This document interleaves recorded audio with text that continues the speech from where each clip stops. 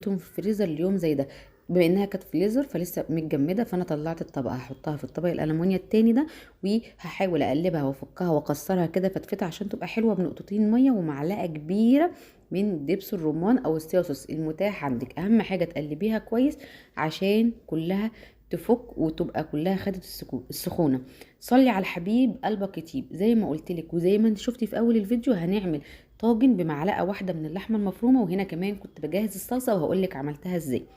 بعد ما اللحمه خلاص سبتها تسخن على النار، بدات اجهز الطواجن بتاعتي. انا كنت هعمل 4 ولقيت الحمد لله اللحمه تعمل 6 طواجن، فطلعت 2 طواجن كمان. اهم حاجه في الطاجن لازم تحطي له طبقه حلوه من الزيت عشان تعرفي تقلبيه ويتقلب معاكي زي ما هو، ما يلزقش وما يتحرقش. فحطي معلقه كبيره كده حلوه، معلقتين على حسب الطاجن اللي انت بتستخدميه، معلقه كبيره من الزيت هتفرق معاكي ومش هيتحرق وهتحافظي عليه. اللهم بارك. صلي على الحبيب قلبك يطيب. لو لسه مكمله معايا وما عملتيش اللايك، اعملي لايك وقولي لي رايك في الكومنتات. انا بعد ما حطيت طبقه من الزيت، هبدا في كل طاجن احط معلقه من اللحمه المفرومه، هي معلقه واحده بس. هوزع كميه اللحمه المفرومه، وافردي اللحمه المفرومه او القطعه على بعضها كده عشان لما تيجي تقلبيه يديكي وش اللحمه المفرومه كله. وجبت المكرونه نيه مش هنسلقها ولا اي حاجه، وهنملى تلتين الطاجن وهتسيبي تلته عشان المكرونه لما تستوي بتعلى وبتنفش لفوق. لو لسه ما عملتيش اللايك يا اختاه، اعملي اللايك، دي وصفه جهنميه. والطاجن شوفي بتشتري الواحد بكام. انا خلصت ال6 طواجن سويتهم. اوعي تملي الطاجن على الاخر عشان خدي بالك هيفور والمكرونه هتقع منه. الصلصه دي كان كيس صلصه انا كنت مسبكاه، حطيت عليه شويه ميه مغليه يا دوب تساحوا، ملح وفلفل شطه وكمان ال7 بهارات لو عندك، وشويه كزبره حلوين. وما تنسيش طبعا تشويحه الثوم اللي هتنقله في حته تانية. ولو حسيتي الصلصه خفيفه حطي فيها شويه خل، معلقتين خل كده.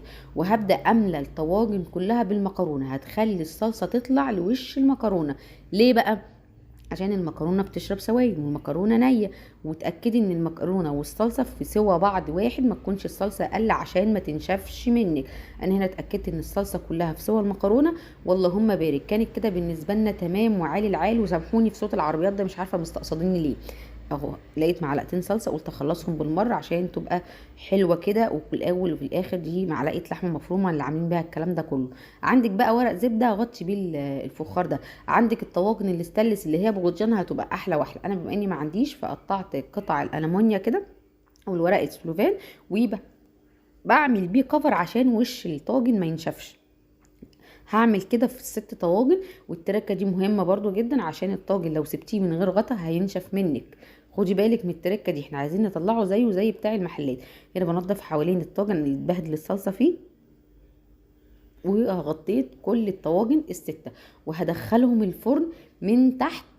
من تحت في الاخر يا دوبت الميه سخنه والمكرونه سخنه، مش هتاخد 10 دقايق. واطفي الفرن حتى لو لسه نيه، الطواجن هتحتفظ بسخونتها وهتكمل سواها، وهتاكلي احلى طاجن في حياتك. وهتدخليه الفرن على نار هاديه، والمكرونه مش هنسلقها، وهتعملي الجمال ده كله. صلي على الحبيب قلبك يطيب. شايفه